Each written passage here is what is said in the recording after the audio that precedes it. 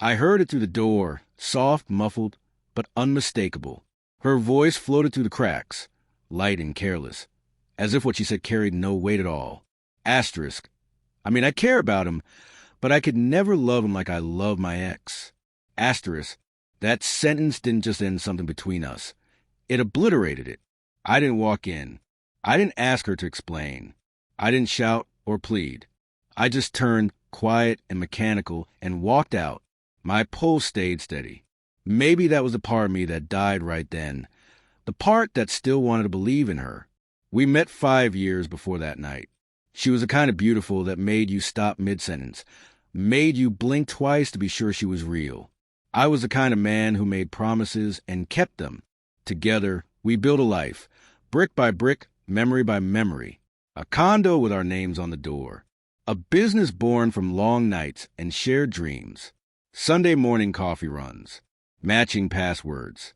Midnight laughter. She used to tell me I made her feel safe. I believed her. But slowly, the cracks began to show. Late night texts hidden behind tilted screens. Showers the moment she walked through the door. Old photos she liked on social media.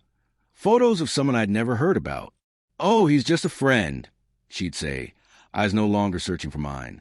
The kisses that once came without thinking now felt like afterthoughts. I felt it slipping away. I just didn't want to face it. Not until that night, when her words sliced through my denial.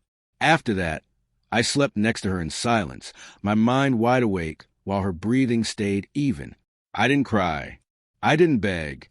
I started a catalog, not feelings, but facts. Her phone unlocked with her thumb while she slept. A few taps, and there was Jason. The ex-romantic messages buried in archived chats. Photos I hadn't seen before. Photos of them together. Time-stamped not long after we got engaged. I could have confronted her. I didn't. I began to plan. Quietly, methodically. I changed admin emails on our shared accounts. Pulled my name from joint credit cards. Redirected her phone's cloud backup. In a week, I learned more about her digital life than I had in 5 years of love. The lies kept coming. Late meetings that didn't exist. GPS locations that told a different story. I followed her once. Just once. Watched her meet him in a hotel lobby, like they weren't tearing apart something sacred. Watched her kiss him like he was the air she couldn't breathe without. That was the moment I stopped feeling. The moment I started calculating. She never noticed the small USB I left in her laptop. Never suspected the file labeled tax receipts held every message she'd ever sent to him. Never imagined her careless emails would help build a case that would undo her. What she didn't know was that I owned 70% of the business. The condo? My father's name was on the deed. The investments? Untouched by her hand. I let her believe she had a say. I waited. 3 months. Long enough for her birthday to come. I booked a rooftop restaurant. The best table, the best view. Invited her friends, her family, a few key investors from our startup.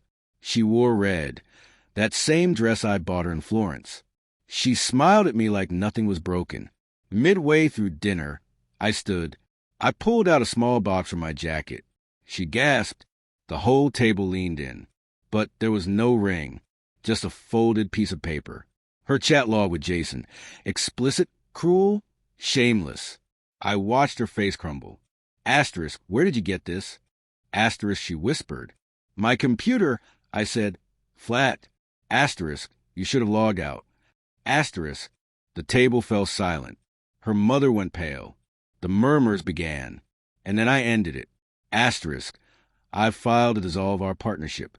The documents are in your inbox. You've been removed from all company accounts.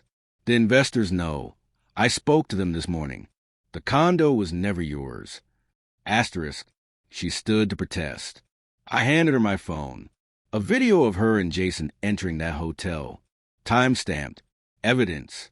She sat back down. I left her there, surrounded by everything she'd shattered. I didn't look back.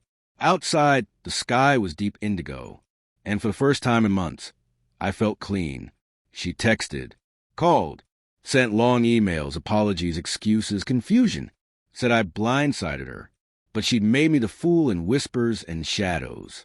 I made her the spectacle in daylight. Now, months later, I live alone. The silence is sharp, but it's honest. Sometimes I think about that night, not with bitterness, with clarity, because love without truth is nothing more than performance, and trust once broken can be mended. It can only be replaced with strategy. She thought I was the fool she used to forget him, but she forgot one thing. I don't lose quietly, and I never play the same game twice.